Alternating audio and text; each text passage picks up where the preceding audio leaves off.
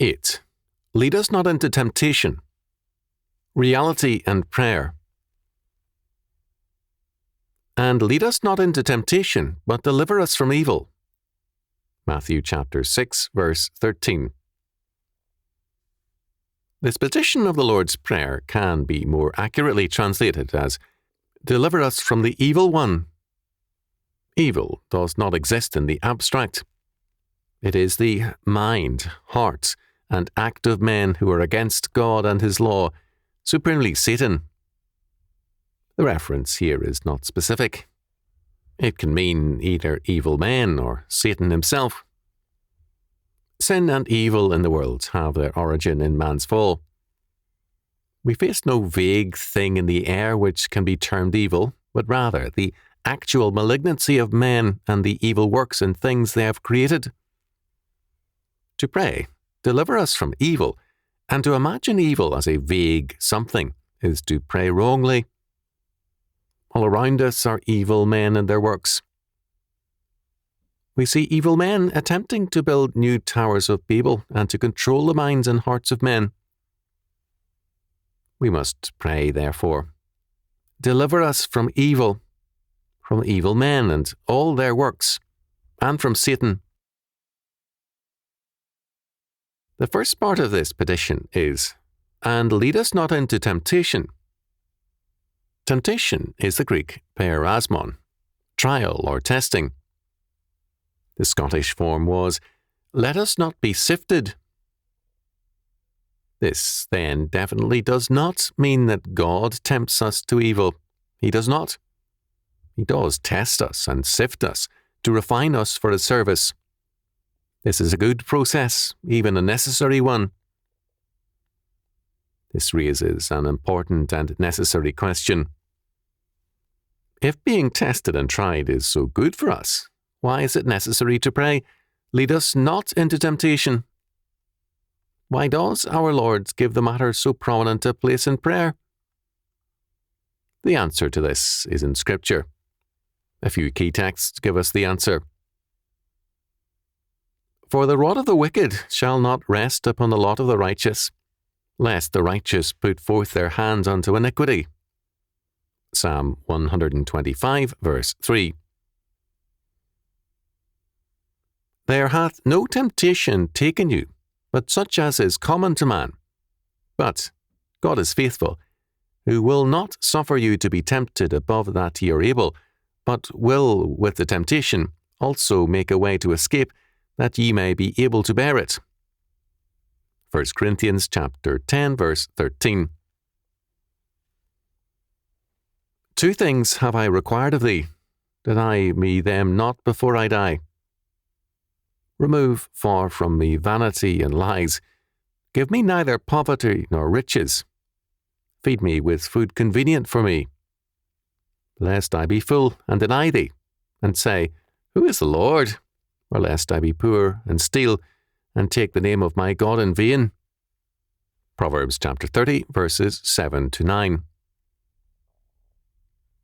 The first and second are pleas for, or a statement of, God's moderation in testing us.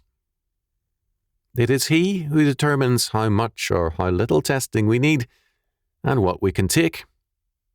Paul certainly was tested severely. 2 Corinthians chapter 11, verses 21 to 33.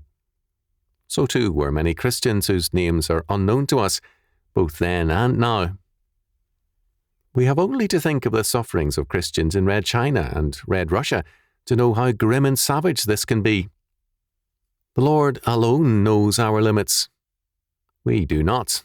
And if we complain about what He sends us, He may well give us more.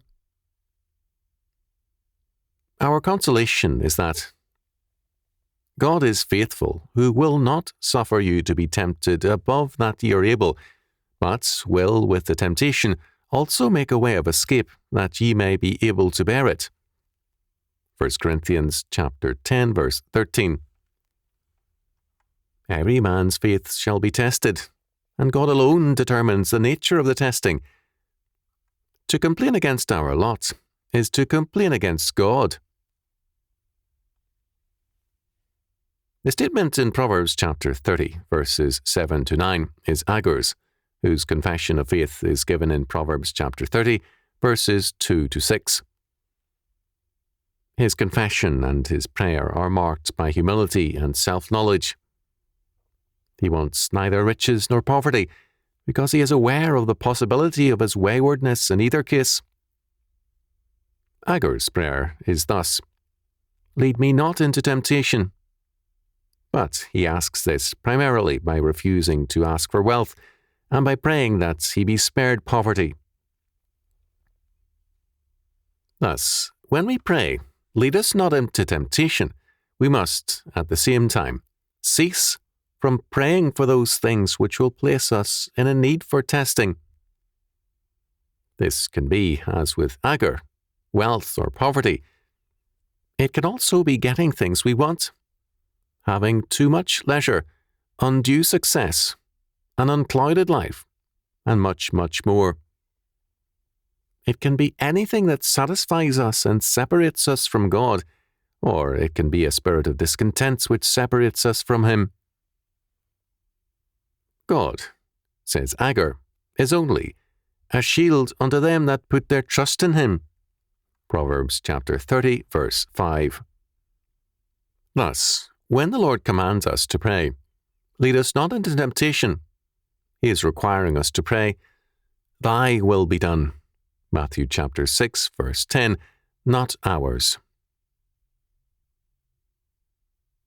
Now we can understand the unity of the two parts of this petition. 1.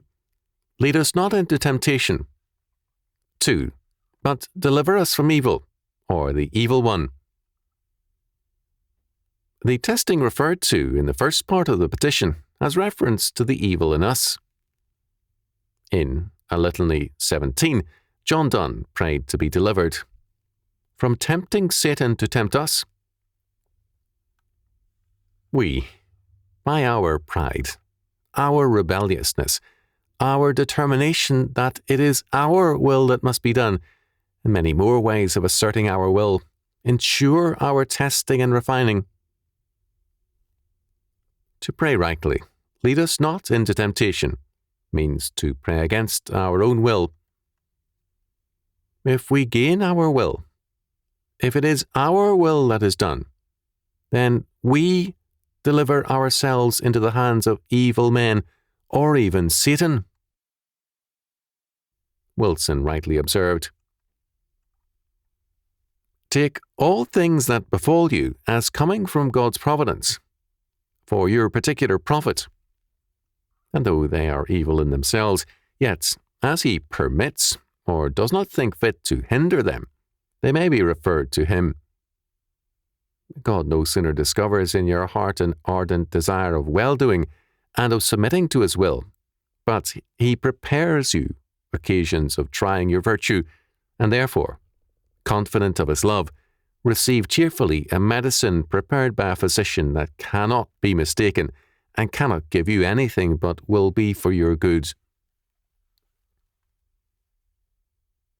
When we say, "Thy will be done," the adversity ceases to be a temptation and becomes a source of strength and growth.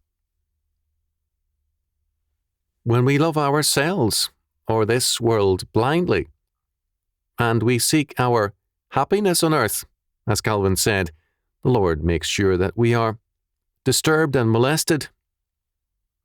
We are inclined to overestimate this present life, and hence we are always discontented because we expect our life here to reward us. As Calvin made clear, the blessings of this present life should not be despised. We are neither to despise or hate our life here, nor to make it our hope. For this life is a post at which the Lord has placed us, and we must stay at it until the Lord calls us away. We saw earlier that evil in this petition is not an abstraction. It refers to evil in a creature, Satan or some man or men.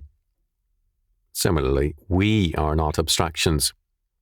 We are persons created by the triune God and ordained to live at a particular point in time and history and in a particular place and country. We are not abstracted by God from our context, nor should we try to think of ourselves in abstraction from it. Our place is where God's ordination has placed us, and there are no flowery beds of ease to be found in abstraction from it. When we read Homer, we see what pagan prayer is. Paris, faced with defeat and death on the battlefield before the walls of Troy, is snatched up by the goddess and placed in Helen's bedroom for a different kind of experience. Too many Christians want similar answers to their prayers. They ask, in effect, to remove the context of my life and give me freedom from it. So to pray means to ask for God's judgment and testing. The Lord God is not a character in a fairy tale, nor is he our fairy godmother. Such thinking is blasphemous.